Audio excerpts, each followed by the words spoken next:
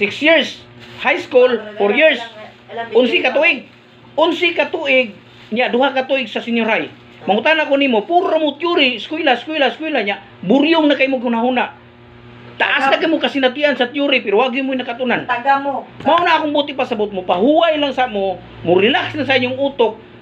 Tanawa og asa mo expert sa theory ba o sa execution. Magsige lang tag theory, way action. Taga.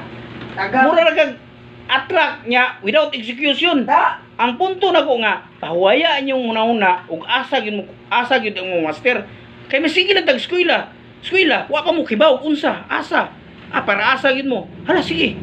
Pahuwaya inyong utok kay puro daghan na kay naguna-una og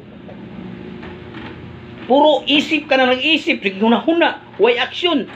Tanawar ko ng kuan good. Ikaw, tanawar ko na ang scientist. Example lang scientist. Sila naguna-huna. Mao nag-iisip. Pero tanawa, pila ila isweldo. Pila ra naras ni auto, nasa sakyanan, nasa layuta, nasa balay. Scientist na abot na dana. Kaya, unsa pa ba ilang kinahanglan? Security ra. Tiya ra ba kutob ang ilang goals kinabuhi? Oo, da. Ang kinabuhi nila, sige lang guna-huna. Why buhat? Pero kinsa may ni take action. Kinsa? Ang mga entrepreneur, ang mga negosyante. Tagam. Do the work. Do the rest. Tagam ko, bre. Risk taker mo na kinahanglan. Diri kay why execution. Theory without action.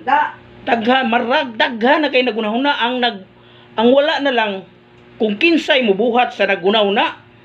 Maunay risk taker. Kinahanglan nato sa tong nasyon karon.